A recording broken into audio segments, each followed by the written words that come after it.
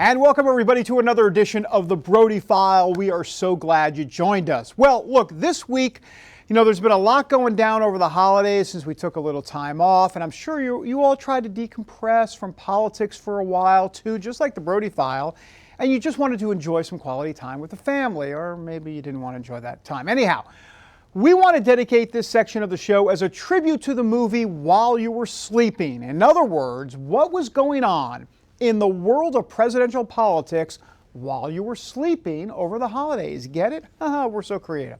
All right, well, here goes. Let us start with Ben Carson, because the new year is not off to a good start. We love the good doctor, but his campaign seems like it's now on life support. His campaign manager and communications director have resigned. Some will say they were fired. Anyhow, bottom line, a major shakeup has taken place because it appears that the campaign team and some outside advisors weren't seen eye to eye on strategy, so the outside advisors won, and now, as Dr. Carson tries to put it all back to pieces, it's becoming somewhat of a mess. We'll see how it plays out. Is it too late? We don't know. But there is less than a month to the February 1st Iowa caucuses, and he has dropped big time in the polls. Speaking of the polls, here's something else that was going on while you were sleeping. Ted Cruz on top of the polls in Iowa. Now look, Donald Trump also showing strength in the state too, so it looks to be a two-man race. But at this moment, Cruz is the story, and it's his race to lose. In Iowa, he has strong evangelical support. He also has key endorsements from big-time leaders out in the Hawkeye state, like Congressman Steve King, influential radio show host Steve Deace, and pro-family kingmaker Bob Vanderplaats. We also understand Amber C. Strong may endorse. No, she's not going to do that. Anyhow, Cruz is working the pastor circuit hard as well. He's made some good inroads there too. As a matter of fact, breaking news, the Brody File reports this week that Cruz is going to hold a private meeting with pastors in late January. That is 1 week before the caucus commences. Say that 5 times fast. Anyhow, is Cruz peaking too early? We just don't know right now. But look, Rick Santorum and Mike Huckabee are hitting him as a guy who's more of a states' rights, 10th Amendment libertarian guy, rather than a diehard social conservative who will go to the mat on issues like gay marriage and abortion. So they have ads out against him on this, and we're going to have to see how it does out there and whether or not all of this dings him up and affects his poll numbers. Now, the attacks by Huckabee and Santorum actually could be great news for Donald Trump. That's because those attacks could take away evangelical support for Cruz in Iowa and leave the door open for Trump to win the state of Iowa. We all know his poll numbers, Trump's poll numbers nationally are huge. But will it all translate into actual votes when we get going here shortly? Trump's taking no chances. He's actually spending $2 million a week on campaign ads in the early states of Iowa and New Hampshire. Here's the ad. The politicians can pretend it's something else, but Donald Trump calls it radical Islamic terrorism. That's why he's calling for a temporary shutdown of Muslims entering the United States until we can figure out what's going on. He'll quickly cut the head off ISIS and take their oil. And he'll stop illegal immigration by building a wall on our southern border that Mexico will pay for. So can Trump pull it off? Don't write him off. The critics have been writing him off for months, and he is still around. He is still a force in American politics. All right, now on to Hillary Clinton. This just in. She's going to be the Democrat nominee. I know. Shocking. We all know how this is going to end, but in the meantime, she's still taking some hits about certain things that are quite interesting, especially in the Twitter world. How about this one? A classic pandering move to the Hispanic community. Her campaign decided to put up this doozy on their website. Here it is. 7 things Hillary Clinton has in common with your abuela. Now, in case you don't speak Spanish, abuela means grandmother in Spanish, and so yes, Hillary's a grandmother. All right, that's fine. But Twitter lit up and she got blasted for this pandering move because they say, look, Hillary, you didn't grow up poor like my abuela, and you weren't separated by immigration borders too like my abuela. Anyhow, we like this tweet especially. It's under the hashtag #NotMyAbuela. Here it is. One of my abuelas from Utuado, is that how you pronounce it? I don't know, we'll look it up, worked washing the dishes and picking coffee since she was 11 years old. Hillary is hashtag not my abuela. Anyhow, I think Hillary Clinton is obviously going to survive this dust-up. And by the way, we have noticed on the campaign trail, the only candidate that Hillary Clinton is actually talking about is, guess who? Donald Trump. Now, Donald Trump seems to be focusing in just on Hillary Clinton as well, and it's like they're already in a general election matchup. And it's the subject of this week's Brody File commentary. Well, could we really be in for a Trump-Clinton general election showdown this fall? Hey, I mean, stranger things have happened. Actually, no, stranger things have not happened. So, I mean, who knows what's in store? But we have noticed that Trump has pretty much been going after Hillary at his recent rallies. It's been going on now for about a month, and he's not just bringing up Benghazi or her tenure as Secretary of State. He's also bringing up, that's right, Bill Clinton's past sexual adultery episodes, emphasis on the plural, episodes. Anyhow, let's be honest here. Trump is the only candidate that will actually go there, if you know what I mean. And you know what? There are plenty of conservative voters who love the fact that he has the guts to do it. Also, Trump is a master at defining the narrative. So by continually going after Hillary, he starts to paint this race as an already done deal, and that he is going to be the nominee. It's true. And as for Hillary, she's figuring, look, taking on Trump only has benefits because she thinks he's unhinged, first of all. And she starts attacking Trump, so that will play well, at least in her mind, to women voters, Hispanic voters, independent voters. So really, it does make sense for both of them to target each other. And that's our Brody File commentary. All right, when we come back, you know, that pesky Congress is getting in the way again. So President Obama is getting out that executive order pen. Oh my gosh. We explain next. And we're back on the Brody File show. You know, one of the big public policy issues that President Obama has been trying to push through for years during his presidency has been some sort of gun control bill up on Capitol Hill. Well, he's had no luck trying to go through Congress, so we all know he's got a pen, he's got a phone, and he's at it again. And to get more answers, we turn to Jenny in the B Block.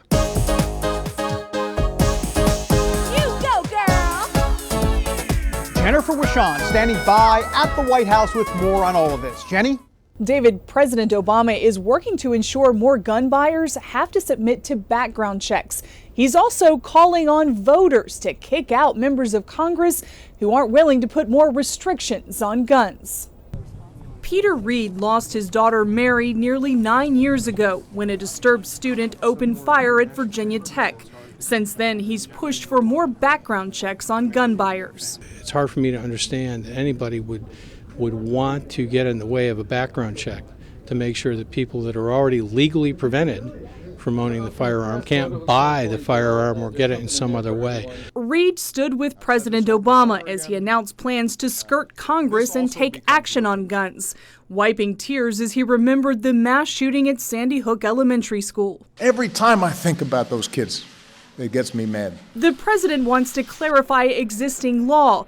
Anyone who sells guns must get a license and conduct background checks on buyers. He wants to hire 200 ATF agents to better enforce existing gun laws. He'll ask Congress to invest $500 million to expand mental health treatment, and he wants to work with the gun industry to update gun safety technology. The president acknowledges Congress won't likely change gun laws for a long time. Instead, he's focusing on the gun lobby, portraying the National Rifle Association as the big bad wolf. So the gun lobby may be holding Congress hostage right now, but they cannot hold America hostage.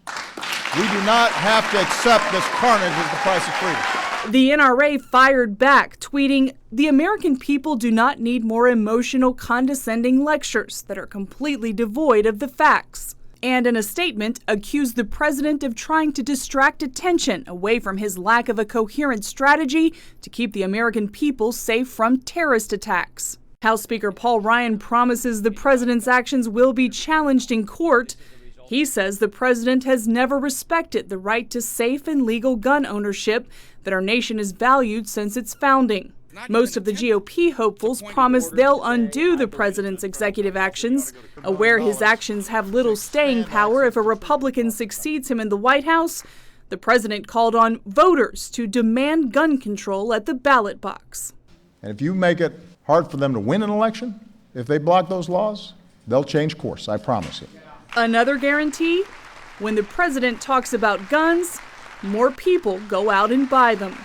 And we can expect the president to talk more about guns during his last State of the Union address coming up here in just a few days. That along with more of his ambitious agenda as he begins his final year here in the White House. David. Thank you, Jennifer. Jennifer with Sean from the frigid White House. When the Brody File rolls on from D.C., a conversation with one of the leading evangelical voices in the country, Dr. Russell Moore, talks about what evangelicals need to think about when voting for a presidential candidate. We're back in a moment. And welcome back to the Brody File, everybody. Time now for our conversation with Dr. Russell Moore. He is a mover, he's a shaker in evangelical circles. He's head of the Southern Baptist Ethics and Religious Liberty Commission. That's a mouthful. He's made a few waves, by the way, for emphasizing more of the compassion message of the gospel and sounding somewhat like some of the social justice Christians that are out there. We know who these folks are, right? So that has indeed ruffled some feathers within the evangelical community. Now, part of our conversation centered on some of these GOP candidates that are running for president and what evangelicals need to think about when choosing the right one. Have a look. Presidential politics. I feel like I'm in a reality show and I can't escape. Right. Ben Carson, real quick. He gave an interview to Sally Quinn with the Washington Post the other day, talked about how he doesn't believe in a physical place called hell. He doesn't believe in the rapture. There's some other things in there that might give evangelicals pause. What did you make of some of those comments? Did that take you aback a little bit? No, it didn't surprise me because surprise Ben Carson's a Seventh-day Adventist. And so I think what is surprising is that we have so many evangelicals who believe that Ben Carson is right out of Vacation Bible School when he holds to, he's in a particular church that holds to very unorthodox doctrines. Now, having said that, I don't think that disqualifies him from the presidency any more than I think that Mormonism disqualified Mitt Romney. One doesn't need to be someone that we would want teaching Sunday school in order to faithfully execute the office. What it does mean, though, is I think we ought to stop trying to make our political leaders into spiritual mascots when they're not able to carry that burden and shouldn't be asked to carry that burden. And so I think of the example of Thomas Jefferson. My Baptist ancestors back in the founding era were willing to ally themselves with Thomas Jefferson, even though he was certainly not anyone that we would want teaching anything behind a pulpit. But he had a common interest in religious liberty and freedom, and they were willing to make an alliance on those issues. I think the same thing can be true for presidential candidates. Those Danbury Baptist, huh? That's right. All right, let me ask you, speaking about spiritual mascots, the person that doesn't come to mind necessarily is Donald Trump. Right. Are you shaking your head at all of this, wondering, because at one point he was even leading with evangelicals. I don't think he's now leading with evangelicals, but he's still in the mix. I mean, Sure. I don't even know where to begin. The floor is yours. Well, I'm really discouraged and disturbed by what we see in the Donald Trump phenomenon, not only because of the lack of seriousness that we've seen in the campaign to this point, but also because of some really troubling statements and policy proposals that have been coming forward. I mean, as someone who is deeply concerned about religious liberty, the sorts of off-the-cuff comments that Trump is making about mosques and Muslims and so forth, no matter how he attempts to walk them back, the instinct there is one that is terrifying to me. Because if you can have a government that can register Muslims and do away with mosques, that's a government that ultimately can do the same thing for evangelical Christians. And so now more than ever, we need a president who really understands religious liberty for all people and is willing to prize that and guard that. Because we're in a time where religious liberty is under assault as it hasn't been in I think, since the founding era. Let me ask you one last question about Marco Rubio, because the other day he shared the gospel in front of these pastors. I know you've seen the tape. Yes. I'll be honest with you, it blew me away. I know it blew the pastors away. I know you've seen it. What did you I can't remember a presidential candidate ever kind of waxing poetic about the gospel like that in a presidential primary season. It was pretty amazing. Yeah, well, I've been working with Marco Rubio on various issues for years, and many times I've hosted him with a group of pastors, and including well before he was ever a candidate for president. And in every one of those instances, people would walk away blown away and amazed by what he had to say. I think the reason he was effective in that crowd is because he's not meeting with staff members to try to find evangelicalese in order to speak. He really does have deep connections, not only in his Catholic faith. His wife is a member at Christ Fellowship Church in Miami. He attends with her and the kids as well, and has close relationships with many of us in evangelicalism and then in his own community. So I think there's something very real there. Last question. I said that 2 questions ago, I think. But what do evangelicals need to think about as they kind of try to sift through all of this and make a decision for a presidential candidate? What should be on their mind, and what kind of checklist do they need to at least process through? Well, I think evangelicals should think through what are the issues that are non-negotiables for us first. So we have to have a candidate who understands the sanctity of human life. We have to have a candidate who values the family and who knows how to protect it.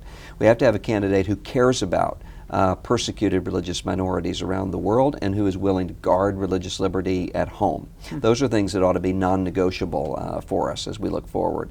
And then to say, who can we see competently carrying out the Romans 13 mission of administering justice as leader of this country, regardless of whether or not we see that person as a brother or sister in Christ. Is that person able to do that with justice? And then, can this person win? I mean, as you're thinking this through, this is an important characteristic. Is this someone who can appeal to the rest of the country, who can build coalitions, and then after election, someone who can govern, someone who can deal with people in the House and in the Senate, and maybe even more importantly, in my mind, somebody who can take on the regulatory bureaucracy of the federal government. Dr. Russell Moore here on the Brody File. All right, when we come back, trying to make sense of the presidential campaign blitz that is coming soon. We're going inside the numbers with Amber C. Strong next. Welcome back, everybody, to the big show. You know, can you believe there are only 11 months until the general election? I mean, that's right. Now, before that, we've got debate after debate. We've got primary after primary. We got fast food restaurant after fast food restaurant. I mean, it's crazy. Now, we know it's crazy for us. So here to break down every caucus, every primary, every major event leading up to Election Day is our own Brody File producer, Amber C. Strong. So the campaign season is crazier than ever, but never fear, the Brody File team is here with something we like to call the Campaign Breakdown. We will begin by focusing on the Republican race because, let's face it, on the left there are basically 2 options. Sorry, I said it. So, there are 5 major caucus and primary days in 4 different states covering the GOP and the Dems until the big convention, which is, by the way, in July of 2016. Still with me? Good. We have the Iowa caucus, dubbed first in the nation because it's, well, the first caucus to occur. The Iowa caucus sets the tone and momentum for the potential winner and will narrow the field of candidates. A win in Iowa could mean major backing and donor support. Sometimes it means you end up being the party's nominee. And sometimes it doesn't. Then we have the major primaries. There are 2, New Hampshire and South Carolina. After that, a few days down the road, it's the Nevada caucus. And then we end up to the big main course, which is Super Tuesday. That's when another 12 states decide their delegates. In mid-July, we arrive at the conventions. Each party will hold a convention to announce their respective candidates. We hear speeches, meet potential presidents, the hope of a skinny kid with a funny name who believes that America has a place for him too. And gear up for the main debate starting 2 months later in mid-September. There are 4 debates where the nominees from both parties and any independents that happen to come along, cue Ross Perot, square off in a political cage match. Fight! Not really. Then on November 8th, 2016, you head to the polls and elect the next president of the United States. Well, sort of, if you take into account the Electoral College. That's a whole nother breakdown that's way too smart for us here at The File. So there you have it, a slew of debates, caucuses, primaries, and 2 conventions away from you deciding the one leader of the free world. If it's still too much, we understand. Follow us on Twitter at The Brody File and at Amber C. Strong for all of your campaign happenings. Amber C. Strong going to be along for the ride in 2016 along with the whole Brody File crew. We're looking forward to gaining some weight. All right, coming next, stupid criminal tricks. It's making us go, Hoi gewalt. Back in a moment. Welcome back, everybody. All right, well, look, if you know anything about the Brody File, we love 2 things here. Food, of course, and the mishaps of wannabe criminals. And, well, this week's Oy Vey moment serves up the best of both worlds.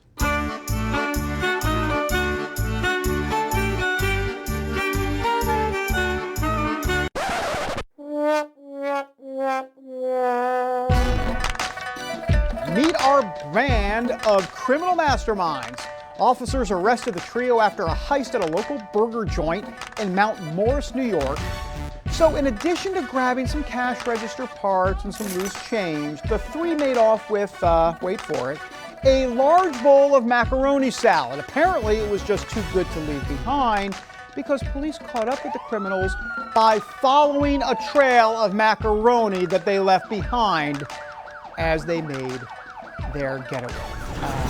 Way to go, criminals.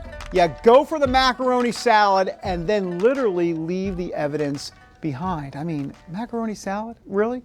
What's next? You're going to go for the fruitcake? Oy gewalt. That's it, everybody. Have a great week. God bless. We'll see you next time.